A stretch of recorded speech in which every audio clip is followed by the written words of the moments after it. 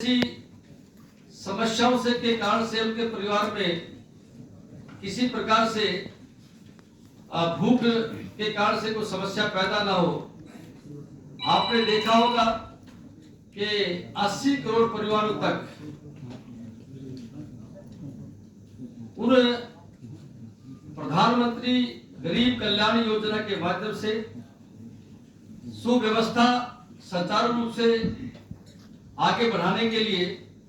भारत का ये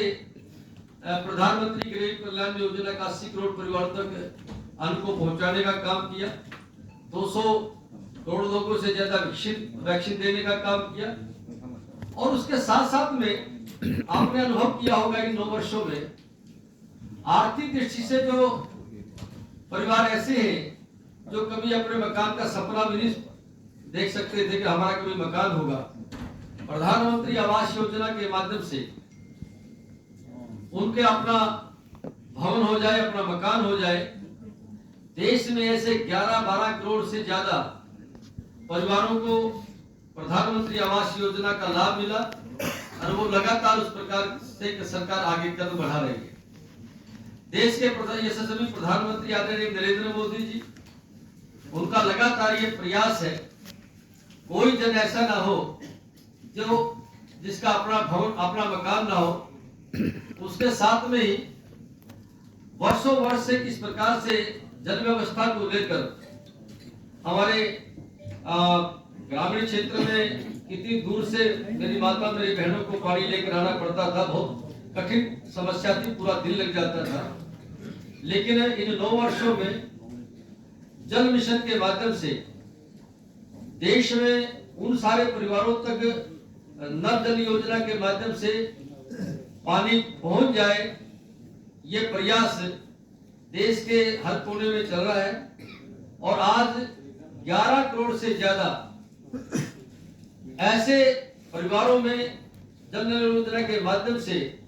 पानी पहुंचाने का काम को पूरा किया। आने वाले 1.5 वर्ष में संपूर्ण भारत में साफ सुथरा जल रसोई तक पहुंच जाए,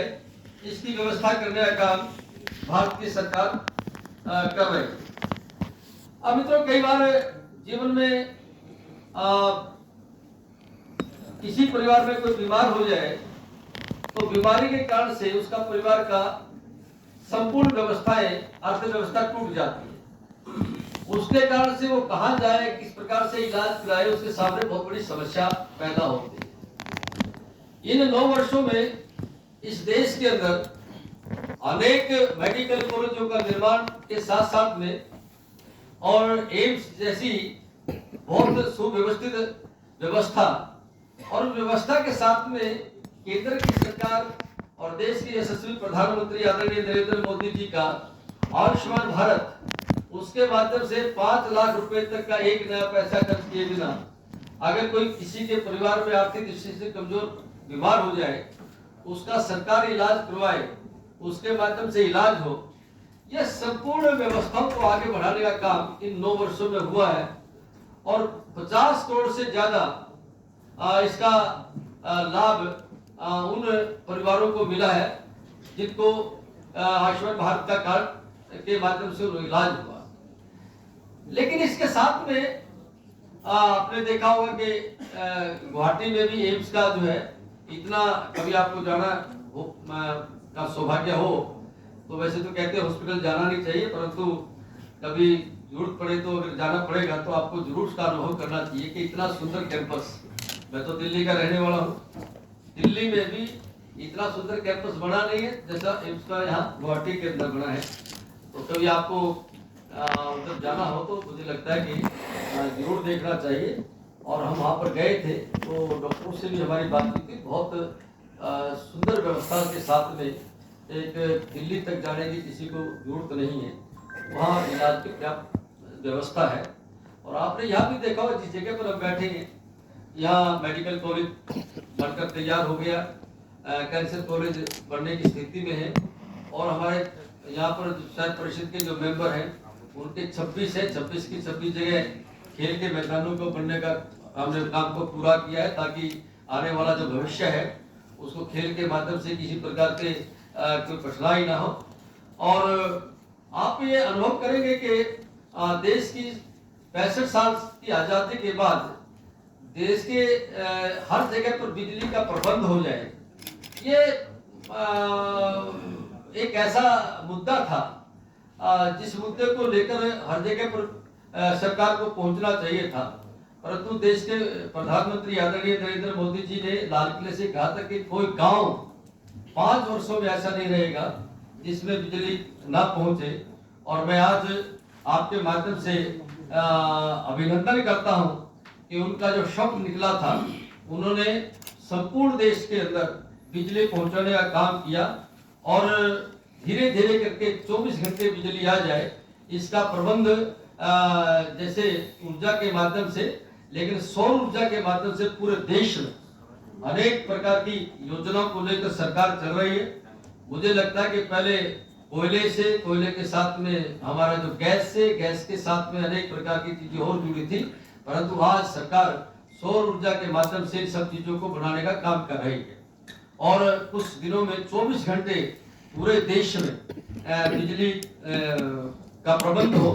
वो सरकार इस प्रकार से। और आपने ये अनुभव किया होगा कि देश में चारों तरफ कहीं भी आप जाते होंगे तो सड़कों का निर्माण जगह जगह पर कहीं 4 लेन है, कभी 6 लेन है, कभी 8 है, और फ्लाईओवरों को किस प्रकार से। और असम में तो अद्भुत काम है, जो गुवाहाटी में जाएंगे तो कुछ समय के बाद आपको ये अनुभव आएगा कि जिस ट्रैफिक के कारण से आपको 2 घंटे 3 घंटे कहीं ठहरना पड़ जाता था, तो आप अनुभव करेंगे कि आपको जहाँ से चले, जिस प्रकार से आज गुवाहाटी से लेकर यहाँ तक पहुंचने में 3 साढ़े 3 घंटे लगते हैं, उसी प्रकार से वहां पर भी आपको कहीं पर भी बत्ती का सामना नहीं करना पड़ेगा, आपको कहीं पर ट्रैफिक जाम का सामना नहीं करना पड़ेगा। कुछ समय के पश्चात इस प्रकार का होगा। लेकिन मैं बधाई देता हूँ असम के हमारे यशस्वी मुख्यमंत्री डॉक्टर हेमंत बिश्व शर्मा जी को, और उनसे पहले हमारे जो आज केंद्र के मंत्री हैं, 5 साल उनका कार्यकाल रहा, 2 साल का कार्यकाल इनका रहा है, और 2 साल के कार्यकाल में 5 साल के कार्यकाल में मुझे लगता है देश का ये पहला राज्य है जिसमें केवल 7 साल के अंदर एम्स का बनना, मेडिकल कॉलेजों का बनना, हॉस्पिटलों का बनना, एजुकेशन के हब बनना, और उसके साथ साथ में 23,500 किलोमीटर से ज्यादा सड़कों का निर्माण किसी स्टेट में अगर हुआ है, वो सौभाग्यशाली हमारे भारतीय जनता पार्टी के यशस्वी हमारे मुख्यमंत्री डॉक्टर हेमंत बिश्व शर्मा जी के माध्यम से चारों तरफ जहाँ सड़कों का निर्माण के साथ साथ में सुव्यवस्था उसकी की जा रही है। उसी प्रकार से केंद्र की सरकार के माध्यम से पूरा नॉर्थ ईस्ट में, यानी पूरे देश में रेलवे का किस प्रकार से जाल को बढ़ाया जाए, हर जगह रेलवे के माध्यम से हमारी पहुंच हो जाए। इसके साथ साथ में आपने देखा होगा कि 70 सालों में जितने एयरपोर्ट देश में बने नहीं थे, उससे कई गुना यानी 2 गुना से ज्यादा एयरपोर्ट इस 9 सालों में बनकर तैयार हुए हैं। और मुझे लगता है कि बहुत लंबा समय तक इंतजार करने की जरूरत नहीं है। आपके यहाँ से भी एयरपोर्ट से उड़ान का आवागमन हो जाएगा, और भरोसा के साथ में इसको हम कह सकते हैं कि कुछ समय के बाद यहाँ से भी एयरपोर्ट हमारा बनकर तैयार होगा, यहाँ से आवागमन पूरे देश का कर सकेंगे। कुछ समय के बाद तो इंटरनेशनल वाला भी पक्ष ऐसा है कि सिलचर में उस प्रकार की योजना चल रही है, बाकी जगह चल रही है, तो यहाँ भी हमारा जिस प्रकार मुख्यमंत्री और देश के प्रधानमंत्री बार बार आकर इनकी चिंता करते हैं, तो इसके कारण से उसमें होगा। अभी आपने अनुभव किया होगा कि सरकार किस प्रकार से काम करती है। पहले सरकार काम करती थी कि इंटरव्यू होता था, इंटरव्यू के साथ में फिर जो है ना दूसरी चीजें होती, तीसरी होती थी, परंतु आज नौकरियों में भी पारदर्शिता है। अभी आपने उस हमारे देश के गृह मंत्री आदरणीय अमित शाह जी और हमारे यशस्वी मुख्यमंत्री जी 1 लाख से के आसपास जो है ना हमारे उन मित्रों को, हमारे उसमें लड़कियां हैं और हमारे जो नौजवान साथी हैं, बहनें हैं, नौजवान साथी हैं, उनको एक साथ प्रमाणिकता के साथ में पारदर्शिता के आधार पर सरकारी नौकरियों में उनको, और सरकारी नौकरी के साथ साथ में व्यवसाय के तरीके से लोगों को रोजगार का साधन जुट जाए। इसके साथ में आपने अनुभव किया होगा कि अभी हमारे यशस्वी मुख्यमंत्री जी बोल कर गए कि 10,000 से लेकर 50,000 तक का बैंकों का जो जो लोग कुछ काम करना चाहते हैं उनकी सुविधा के अनुसार उनको बैंक का लोन, उसी प्रकार से प्रधानमंत्री ऋण योजना में भी इसी प्रकार की हमारे गरीबी रेखा से जो आर्थिक दृष्टि जो कमजोर हमारे परिवार है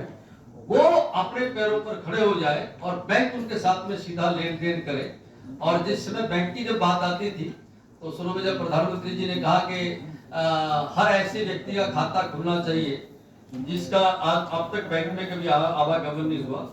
44 करोड़ से ज्यादा उसमें खाते खोले गए। तो विरोधियों ने कहा कि खाते तो खुल गए उसके बाद क्या होगा, परंतु आपने अनुभव किया होगा कि किसान निधि का पैसा उनके पास में आज बिना बिचौलिए के पास में सीधा उनके खाते में जाता है, और पेंशन का पैसा उनके साथ में जाता है। उज्ज्वला योजना का जो